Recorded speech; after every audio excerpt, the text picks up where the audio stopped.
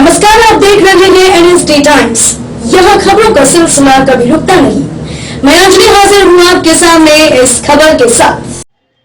लोक जनशक्ति पार्टी रामविलास के राष्ट्रीय अध्यक्ष श्री चिराग पासवान ने अपने वक्तव्य दिए। पटना के श्री कृष्णापुरी स्थित पार्टी के प्रदेश कार्यालय में आयोजित संवाददाता सम्मेलन में पत्रकारों को संबोधित करते हुए श्री चिराग ने कहा कि अनुसूचित जाति जनजाति के छात्रों को छात्रवृत्ति के रूप में जो पैसे मिलते हैं उसमें 60% केंद्र और 40% राज्य सरकार का होता है। राज्य सरकार द्वारा छात्रों के लिए मिले उन पैसों का भी बंटवारा किया जा रहा है। सरकार इन पैसों को दलित छात्रों पर खर्च करने के बजाय दूसरे विभागों के मद में खर्च कर रही है। श्री चिराग ने कैग के रिपोर्ट को दिखाते हुए कहा कि यह सरकार दलित विरोधी है, वो और जानबूझकर नौजवानों का भविष्य बर्बाद कर रही है।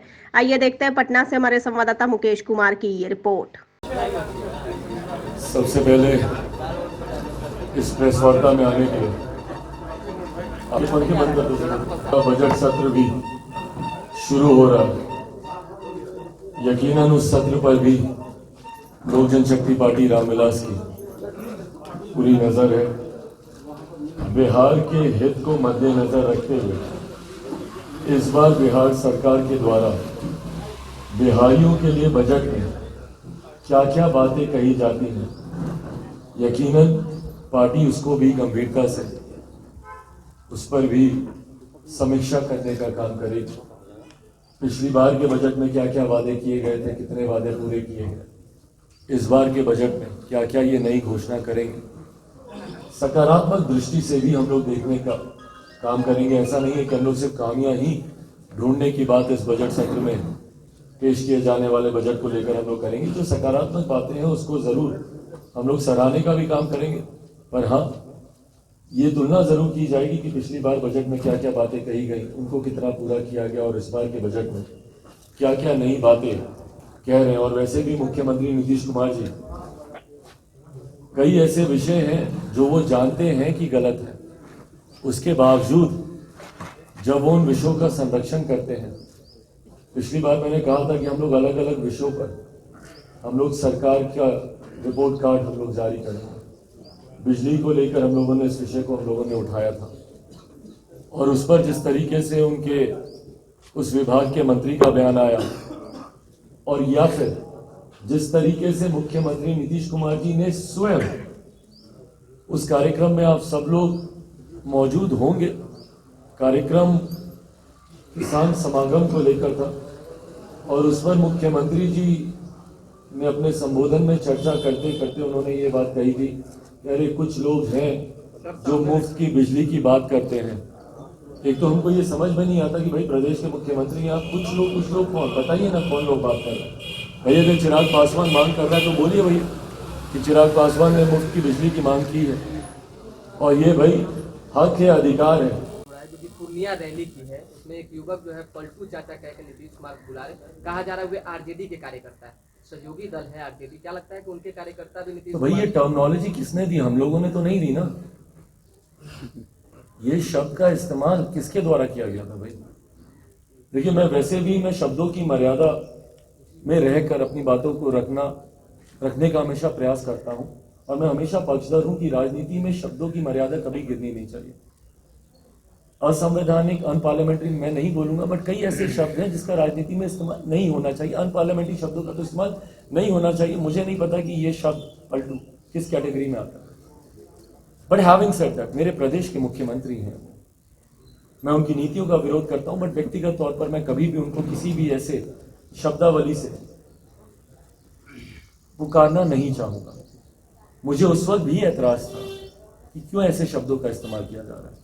तो जिस वीडियो का आप जिक्र कर रहे हैं वो स्वाभाविक है कि उनके कार्यकर्ता होंगे, क्योंकि उनके नेताओं ने ही इस शब्द का इस्तेमाल करना शुरू किया था। 2017 में जब मुख्यमंत्री नीतीश कुमार जी महागठबंधन को छोड़कर पुनः वापस एनडीए गठबंधन में गए तो उस वक्त प्रमुखता से इन शब्दों का, इस पर्टिकुलर शब्द का इस्तेमाल मुख्यमंत्री नीतीश कुमार जी के लिए किया गया था। तो आज अगर उसी रैली में भाई नेता मिल जाते हैं बट कार्यकर्ता नहीं मिल पाते ना, और इस भ्रम में नेता जीते हैं। उत्तर प्रदेश में भी हम लोगों ने देखा था जब पिछले विधानसभा के चुनाव हुए थे तो कई ऐसे स्थानीय क्षेत्रीय दल हैं जो दावा कर रहे थे कि भैया एक तरफा माहौल है, एक तरफा माहौल है। क्या हो गया? अखिलेश जी और मायावती जी के मिलने के बावजूद, सपा बसपा के एक साथ आने के बावजूद उत्तर प्रदेश विधानसभा के चुनाव के परिणाम तो हम लोगों ने देख लिए ना। कारण क्या था? नेता मिल गए, कार्यकर्ता तो जमीन पे नहीं मिल पाया ना। इसको अगर राजनीतिक भाषा में कहा जाए, दल मिल जाते हैं, दिल नहीं मिल पाते हैं। यही यहां पर भी हो रहा है भैया। नेता, और यहां पे तो भाई नेता भी नहीं मिल पा रहे। विडंबना तो इस बात की है, नेता तक नहीं मिल पा रहे। मुख्यमंत्री जी 2.5 घंटे तक इंतजार करते हैं उप मुख्यमंत्री का कार्यक्रमों में। मुख्यमंत्री जितनी बार ये बोलते हैं, इससे पहले था क्या? हम ही ना सब काम किए हैं। इससे पहले कुछ था, इससे पहले कुछ काम होता था। जब मुख्यमंत्री ये बात करते हैं तो वो अपने उप मुख्यमंत्री चढ़ाने के लिए मुख्यमंत्री जी के पास है, महंगी बिजली खरीदने के लिए इनके पास पैसा है। पर जब छात्रों की बात आती है, बिहार के भविष्य की बात आती है, तो ये बोलते हैं भैया पैसा नहीं है इनके पास। हजारों करोड़ की धांधली हो जाएगी इनकी नाक के नीचे। वो धांधली करने के लिए पैसा है। साल दर साल तटबंध के निर्माणों के लिए इनके पास पैसा आ जाता है, और एक साल में पहली बारिश आते ही वो तटबंध टूट भी जाता है, और पुनः अगले साल हजारों करोड़ की राशि पुनः रिलीज की जाती है उन्हीं तटबंधों के पुनः निर्माण को लेकर। ये सब पैसा कहां से आ जाता है? और भाई आप प्रायोरिटाइज करेंगे कि नहीं करेंगे? युवा, बिहार के छात्र आपकी प्राथमिकता में मुख्यमंत्री नीतीश कुमार जी हैं कि नहीं है, या पूर्णतः युवा विरोधी हो गए? आपको प्रायोरिटाइज करना होगा कि भाई कौन सी योजना में पहले आपको पैसा देना है। बजटिंग इसी को तो कहा जाता है। आप क्या बजट आप बनाते हैं फिर? आप अगर बिहार का भविष्य ही बर्बाद कर दीजिएगा, छात्रों का भविष्य ही अगर आप अंधेरे में डाल दीजिएगा, तो किस उज्जवल बिहार के भविष्य के निर्माण की आप कल्पना कर रहे हैं भैया? तो जब ये बोलते हैं कि पैसा नहीं है, ये पैसा देन चढ़ता है इनके भ्रष्टाचार की, और ये पैसा देन में जाता है इनके अधिकारी और इनके नेताओं की जेब में। अनुसूचित जाति का पैसा कहाँ गया? भाई बताए मुख्यमंत्री नीतीश कुमार जी, कहां गया? ये तो जांच होनी चाहिए ना। कैग की रिपोर्ट तो कहती है कि कई और विभागों में इनका पैसा गया है। पुल पुलिया के निर्माण में पैसा गया है, सड़कों के निर्माण में वो पैसा गया है, पर क्या वो सही में उन निर्माण के कार्यों तक भी पहुंचा? भाई अगर आपको निर्माण के कार्यों में भी इस फंड का अगर आपको इस्तेमाल करना है, तो ये अनुसूचित जाति जनजाति से जुड़ी हुई योजनाओं के निर्माण में इस्तेमाल होना चाहिए। क्या ये संविधान की हत्या नहीं हो रही? 15 साल से कि आप एक कानून का उल्लंघन करते हुए राशि को जिस योजना में इस्तेमाल करना चाहिए उस योजना के अलावा आप बाकी योजनाओं में इस्तेमाल कर रहे हैं? क्या ये गैर कानूनी नहीं है कि आप अनुसूचित जाति को और बांटने का आप काम कीजिए? कौन सी धारा के तहत आप बांट रहे हैं बताइए? बल्कि संविधान तो दलित शब्द का उपयोग भी नहीं करता है। संविधान सिर्फ अनुसूचित जाति जनजाति की बात करता है। बोलचाल की भाषा में जरूर हम लोग दलित शब्द का हम लोग उपयोग कर लेते हैं, पर आपने तो उसको भी आगे बांटकर महादलित कर दिया भैया। ये कौन से संविधान के तहत आपने किया? एक प्रदेश के मुख्यमंत्री होने के नाते आपकी जिम्मेदारी है कि पूरे प्रदेश को आप एक साथ लेकर चले, एक साथ मुट्ठी में बांधकर चले। आप उसी में विभाजन करने का आप काम कर रहे हैं। तो बंटवारे की राजनीति आप कर रहे हैं कि नहीं कर रहे? दलित महादलित हो, पिछड़ा अति पिछड़ा हो, कभी लवकुश करिएगा, कभी कोरी कुर्मी करिएगा, कभी अगड़ा पिछड़ा करिएगा। आप तो पुरुष महिला में बांटने का काम करते हैं भैया। क्या बयान दिए थे आप जनसंख्या को लेकर पुरुषों के बारे में? तो जो मुख्यमंत्री बांटने की राजनीति कर रहे हैं वो लोग जाकर बोल रहे हैं भैया कि संविधान की हत्या हो रही है। किस तरीके की बातें आप कर रहे हैं भैया उस मन से? आपको लगता है कि देश में कभी संविधान की हत्या होगी? क्या भारत का संविधान इतना कमजोर है कि हत्या कर दी जाएगी? इस तरीके की बातें आपकी सोच को दर्शाती है।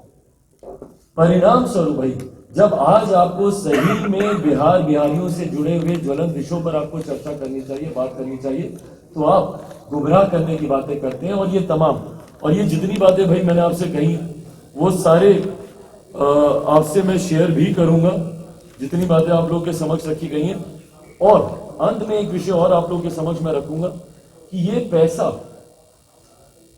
टैक्स पेयर्स का पैसा है ये, और जब हम किसी चीज के लिए ऑलरेडी आपको टैक्स दे रहे हैं तो सुविधाओं की अपेक्षा हम लोग रखते हैं। तो ऐसे में जब मैं कहता हूं कि एक सर्टेन यूनिट ऑफ इलेक्ट्रिसिटी को फ्री किया जाना चाहिए, तो क्या गलत मैं कह रहा हूं? भाई आपके मंत्रियों को इसका लाभ नहीं मिलता क्या? आपके विधायकों को इसका लाभ नहीं मिलता क्या? और यही लाभ अगर आप आम जनता को देंगे तो इसमें क्या नुकसान हो जाएगा? पर जब आम जनता को देने की बात आती है तो मुख्यमंत्री बोलते हैं कि कुछ लोग मुफ्त की बिजली की मांग करता है। अरे उनको पता है इतना महंगा बिजली खरीदते हैं हम। भाई आप खुद ही कबूल भी रहे, यही बात तो उस दिन प्रेस वार्ता में पिछली बार आप लोग के समक्ष मैंने रखी थी कि आप महंगी बिजली खरीद रहे हैं। क्यों महंगी बिजली खरीद रहे हैं मुख्यमंत्री जी? और आप खुद ही उस बात को स्वीकार रहे हैं कि हम महंगी बिजली हम खरीद रहे हैं। क्यों? ये महंगी बिजली खरीदकर महंगे दरों में बेचने का जो भ्रष्टाचार है, इसी को ही हम लोग उजागर करने का हम लोग प्रयास कर रहे हैं। और इस कार्य को आप नहीं कीजिएगा मुख्यमंत्री जी, तो जनता ने पिछली बार तीसरे नंबर की पार्टी आपको बना दिया था, इस बार आपका खाता भी नहीं खुलेगा। और ये वादा तो मैं पहले ही कर चुका हूं कि जिस दिन बिहारी फर्स्ट की सरकार आएगी, बिजली की दरों को ना सिर्फ सस्ता बल्कि सर्टेन यूनिट तक उसको मुफ्त भी किया जाए, ताकि जो बिहार का गरीब वर्ग है उनको सहूलियत मिले। भाई एक सरकार का लक्ष्य है कि जो आर्थिक तौर पर कमजोर लोग उनको कैसे आप और सहूलियतें दे सकें। इस लक्ष्य के साथ सरकार को काम करना चाहिए, पर उस लक्ष्य के साथ काम करना तो दूर, हक मारने का काम इस सरकार के द्वारा किया जाता है। और आज इसी श्रृंखला में जो एक अगला विषय मैं आप लोगों के सामने रखना चाहता हूं, वो अनुसूचित जाति जनजाति से जुड़े छात्रों को लेकर दशकों से चली आ रही एक योजना, जिसके तहत इसको पोस्ट मैट्रिक स्कॉलरशिप SC/ST योजना के तहत, जहां पर अनुसूचित जाति जनजाति से आने वाले छात्रों को स्कॉलरशिप देकर उन सरकारों के द्वारा किया जाता है। और इसमें केंद्र सरकार, राज्य सरकार, दोनों सरकार इसमें मिलकर काम करती हैं। जहां पे 60% पैसा केंद्र सरकार का लगता है, तो वहीं 40% पैसा इसमें राज्य सरकार के द्वारा दिया जाता है। ये लंबे समय से चली आ रही ये योजना है। इस योजना में पहला फेरबदल जो बिहार सरकार के द्वारा किया गया, जिसके खिलाफ हम लोग 2016 से ही हम लोग अपनी आवाज उठा रहे हैं। 2016 में भी जिस वक्त ये किया गया था, उस वक्त हम लोगों के तत्कालीन राष्ट्रीय अध्यक्ष आदरणीय रामविलास पासवान जी की मौजूदगी में मैंने स्वयं उस वक्त भी इस विषय को उठाया था। 2016 में भी हम लोगों ने कहा था कि जिस तरीके से कैपिंग कर दी गई है स्कॉलरशिप में, अभी तक होता क्या था 2016 तक कि अनुसूचित जाति जनजाति के छात्र जो इस योजना के लाभार्थी हैं, वो कहीं पर भी जाए, भले वो सेंट्रल यूनिवर्सिटीज हों, भले वो प्राइवेट यूनिवर्सिटीज हों, IITs हों, IIMs हों, जहां पे भी वो जाते थे, जितनी फीस होती थी उतनी स्कॉलरशिप उनको दे दी जाती थी। मैं सरल भाषा में बताने का प्रयास कर रहा हूं। उतनी फीस उनको दे दी जाती थी, पर 2016 के बाद उसमें कैपिंग कर दी कि जो प्राइवेट उसमें जाके पढ़ाई करेगा उसको 15,000 मात्र उनको दिया जाएगा, या जो सेंट्रल की संस्थाएं हैं, केंद्रीय संस्थाएं हैं, उसकी कैपिंग 70,000 कर दी। IITs IIMs को लेकर 90,000। तो भाई उसके ऊपर जितनी फीस है वो फीस उन छात्रों को अपनी जेब से देनी पड़ेगी।